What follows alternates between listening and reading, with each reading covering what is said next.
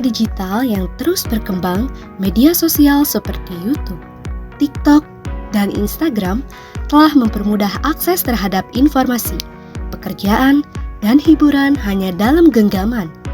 Namun, di balik kemudahan itu, muncul tantangan serius yang berdampak pada pola hidup dan karakter masyarakat, terutama generasi muda. Tanpa disadari, teknologi membentuk kebiasaan baru yang pasif, konsumtif, dan mengabaikan kesehatan pribadi. Salah satu bentuk nyata dari perubahan ini adalah munculnya fenomena sedentary lifestyle. Kalau menurut kamu semua itu normal, mungkin kamu adalah salah satu dari jutaan orang yang tanpa sadar telah terjebak pada fenomena sedentary lifestyle.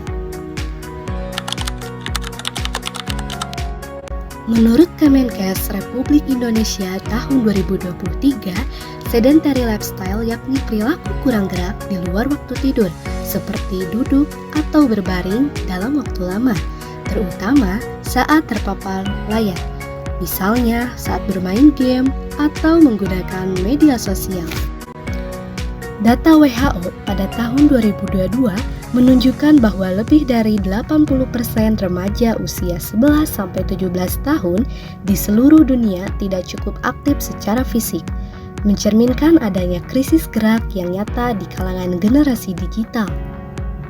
Di Indonesia, pola ini kian mengakar. Kebiasaan rebahan sambil menonton video, begadang demi media sosial, hingga mengabaikan makan dan istirahat telah menjadi rutinitas yang dianggap lumrah. Gaya hidup ini mencerminkan sedentary lifestyle yang tumbuh dari karakter yang terlalu nyaman dengan kemudahan teknologi, sehingga mengabaikan pentingnya aktivitas fisik dan kesehatan jangka panjang. Ada beberapa dampak sedentary lifestyle pada kesehatan kita. Yang pertama yaitu obesitas. Kurangnya aktivitas fisik membuat kalori yang masuk tidak terbakar secara optimal.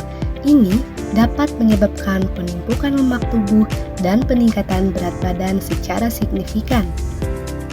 2. Hipertensi. Duduk terlalu lama dan minim gerak dapat menurunkan fungsi pembuluh darah, meningkatkan tekanan darah, serta memperbesar resiko darah tinggi. 3. Diabetes. Sedentary lifestyle menurunkan sensitivitas insulin, sehingga kadar gula darah sulit terkontrol dan meningkatkan risiko terjadinya resistensi insulin.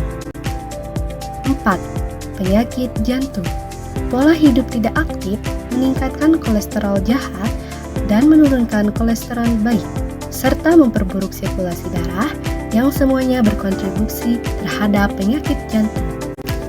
5. Gastritis. Kebiasaan duduk lama, begadang, serta pola makan tidak teratur dapat memicu produksi asam lambung berlebih yang menyebabkan iritasi pada dinding lambung. 6. Gangguan tidur. Kurangnya aktivitas fisik mengganggu ritme sirkadian dan membuat tubuh kurang lelah secara fisik, sehingga sulit tidur nyenyak atau mengalami insomnia. Bahkan, yang paling parah adalah menyebabkan kematian dini. Kombinasi dari semua risiko di atas secara kumulatif dapat memperpendek harapan hidup, terutama jika tidak dibarengi dengan perubahan gaya hidup sehat. 1. Aktif bergerak setiap hari. Lakukan aktivitas fisik minimal 30 menit per hari, seperti jalan kaki, bersepeda, atau peregangan ringan. 2. Atur waktu duduk. Bangkit dari duduk setiap 30-60 menit untuk berjalan atau melakukan peregangan. 3. Batasi waktu layar. Kurangi waktu menatap layar atau screen time, terutama di luar jam kerja atau belajar. 4. Jadwalkan aktivitas fisik. Buat jadwal rutin olahraga ringan seperti senam pagi, jogging, atau yoga. 5. Jaga pola makan sehat. Hindari ngemil berlebih saat duduk atau menonton, bahkan bermain gadget. Konsumsi makanan bergizi seimbang dan cukup minum air putih. 6. Bangun kesadaran dan karakter peduli kesehatan. edukasi diri sendiri dan orang sekitar tentang bahaya sedentary lifestyle. Kembangkan kebiasaan reflektif seperti evaluasi waktu harian yang dihabiskan tanpa aktivitas fisik.